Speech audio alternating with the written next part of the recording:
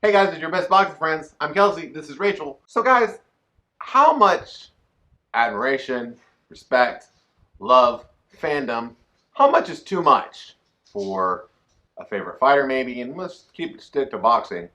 How much is too much? Since I'm a boxing journalist, and I have been for the last 10 years, I currently don't have this problem, right?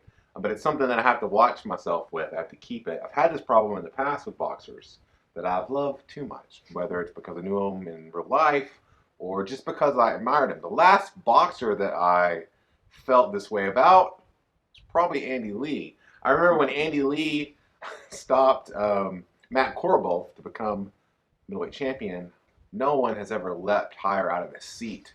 I was on the ground and I was like 50 pounds heavier then, and I shot up into our second story, our second level. Like that's how happy and excited I was. But and it comes up recently for me because we were watching NFL football, and I'm watching Case Keenum, and I'm a huge Case Keenum fan. Now, as I'm watching the game, Case is playing well, but his team is losing. And even though he's throwing for 380 yards, 3 touchdowns, he's playing a great game. It is just destroying me inside here that they're not winning the game because I want, you know, Case to win the game. I want Case to be, awesome. But then I'm conflicted about these feelings I have. For me specifically, it's about Case Keenum right now. But it could be for anybody, about anybody. So, and Rachel, you don't struggle with this. You don't have this affection for. Well, we talked about this, and I tend not to have the same level of affection for athletes/celebrities.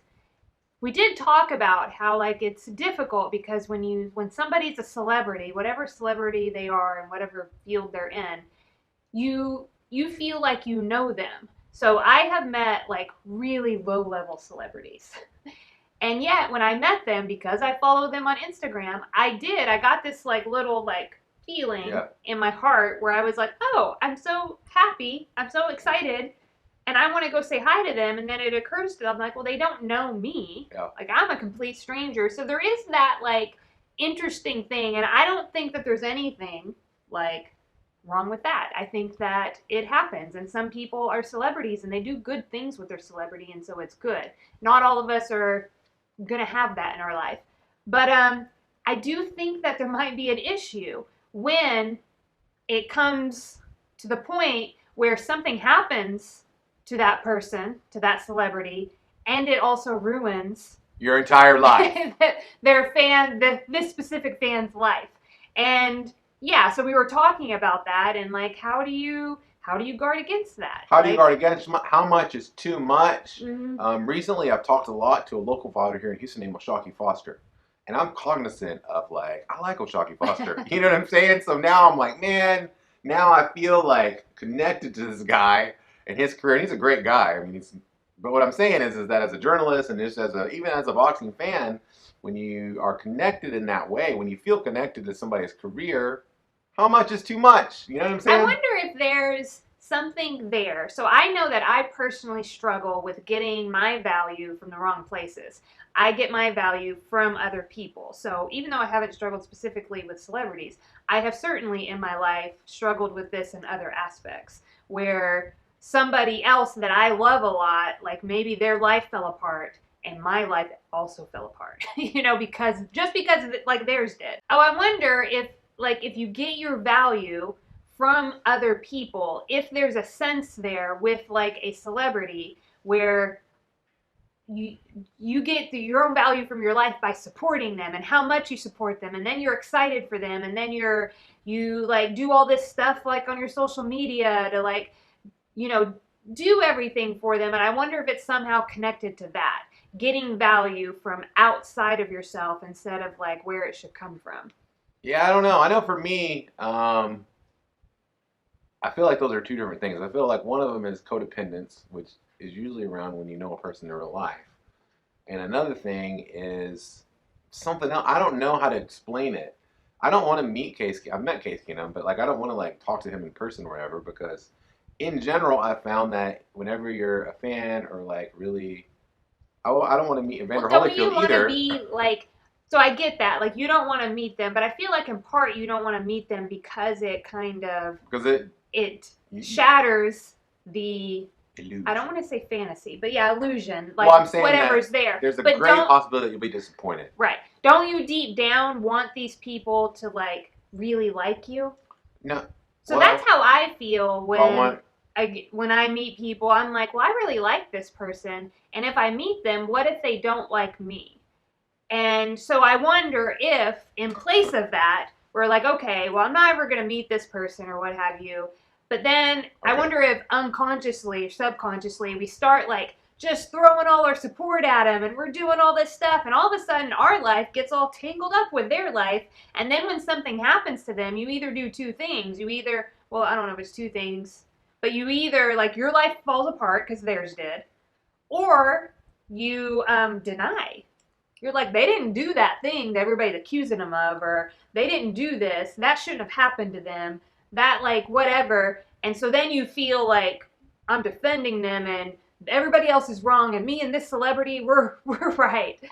The most watched video on this channel is definitely the video entitled "Don't Ask Bernard Hopkins About Some Lawsuit," right? Okay? Okay, Kelsey, huge Bernard Hopkins fan. Remember, I mean, we would buy his pay-per-view fights, and he wasn't a huge pay-per-view guy.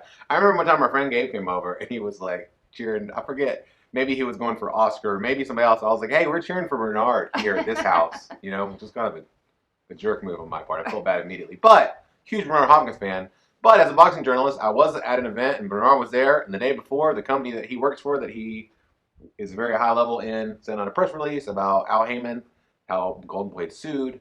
So I was like, well, gosh, I want to talk to Bernard, but as a journalist, like, I have to ask this question because it just happened yesterday. If I don't, I'm not doing my job. I'm being a PR guy.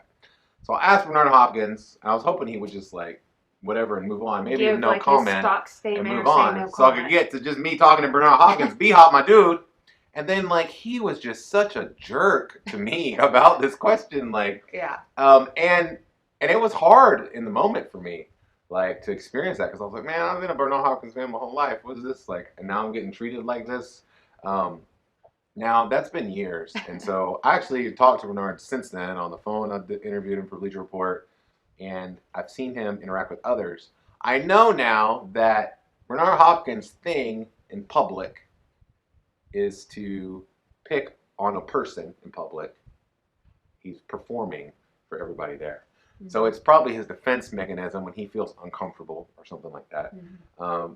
So I know that now. At the same time, that was not a good experience for me. And it definitely has affected, I think, me wanting to meet people that I grew up admiring or just admire in general. So my question is there really can you be too big of a fan? I think the answer is yes, but I'm saying, am I really too big of a fan of Case Keenum? Like, or let's say Andy Lee, right? Like, am I too big of a fan of Andy Lee? Am I too big of a fan of Evander Holyfield? Well, like, is it just that Kelsey had an experience in his life and is trying to protect his little heart?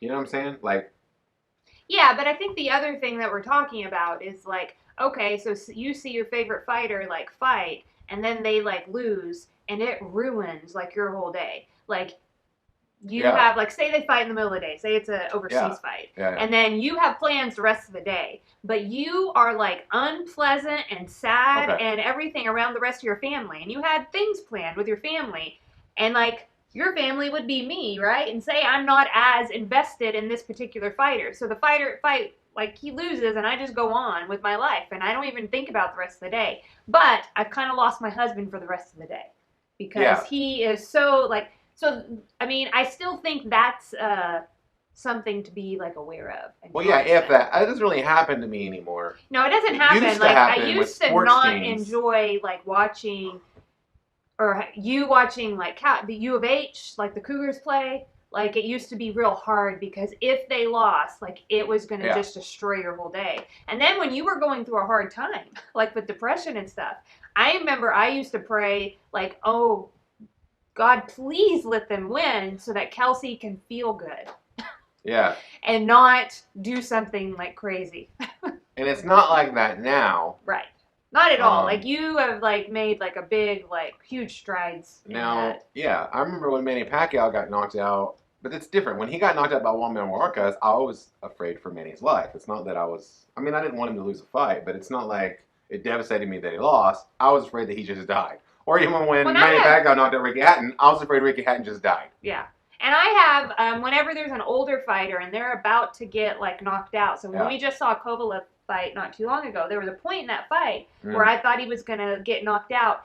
And I always have a tremendous amount of empathy for older fighters when they go out in that way, when they get, like, kind of beat down. Yeah. Like, and I will tear up, but I think that is, like, a normal level of, like, connection and emotion. Yeah, because it's good if you admire people for good reasons, I think it's good. Like, there was a year the Spurs, like, lost in the finals to the... Can we talk about Game 6 of the World Series with the Texas Rangers? that. That's the most devastating thing that's ever happened in the sports world to me. Because we had that Game 1. Anyway, yeah, it can devastate you sports-wise, but I guess my original question was, how much love, let's say love, for a fighter, a boxer, a sports figure that we watch, how much is too much? And I think what we came to an agreement on is that we don't really know. So I don't know why you watched this video. But well, we sure appreciate that you did. I think that it's worth pondering in each person's individual life. What's going on in my life? Am I going overboard with my love and admiration for a celebrity? And how is that affecting the rest of my life? Yeah. Is it affecting my loved ones? Is how I interact? Is it affecting my work? So these are all, like, questions people ask when they're dealing with addiction. And so that's my question. If you had a substance abuse problem and it was affecting your relationships and your work and how you went out, well, if you're having the same issues with your love for a celebrity, then I think it's time to, like, dial it back, take a look at what's going on, and be like, hey, where am I getting my value from? I'm a complete and separate person from the celebrity. I don't need them for my value. This person who doesn't know my name. Right. Anything about me. Yeah, and I can see, like, in the past how, particularly with Case Keenum, I would argue with people and get so mad when they wouldn't recognize what my opinion was about truth. But now I don't really have that problem. I have noticed recently he was traded from the Broncos to the Redskins for Joe Flacco. And it's growth for me not to root against Joe Flacco because I was like, well, Case wouldn't root against Joe Flacco or whatever. You know what I mean? Like, that's not like a good thing. You want everybody to do well, and you want good things to happen to good people. I think that you're good people, and we appreciate you watching our show. Thanks for commenting, and subscribing. We'll do our best to keep you informed, and I wouldn't call you informed for watching this episode, but you definitely know more about what our opinions and thoughts are about this random issue.